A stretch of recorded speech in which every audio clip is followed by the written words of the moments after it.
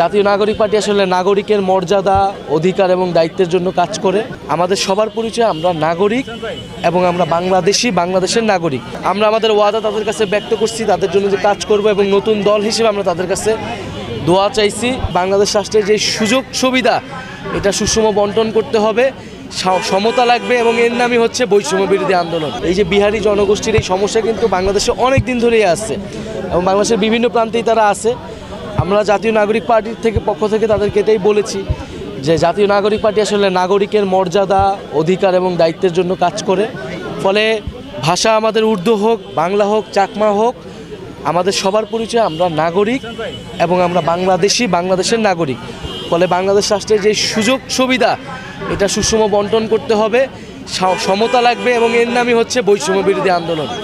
ফলে আমরা আমাদের ওয়াদা তাদের কাছে ব্যক্ত করছি, তাদের জন্য যে কাজ করব এবং নতুন দল হিসেবে আমরা তাদের কাছে দোয়া চাইছি যে তাদের আশীর্বাদ যাতে আমাদের সাথে থাকে। এইভাবে বাংলাদেশের যে প্রান্তিক জনগোষ্ঠী যারা রয়েছে, যারা নির্যাতনের শিকার বা যারা সুযোগ সুবিধা পায় না, কেন্দ্রের যে সুযোগ সুবিধা, আমরা তাদের সাথে থাকতে চাই, তাদের জন্যই রাজনীতি করতে চাই।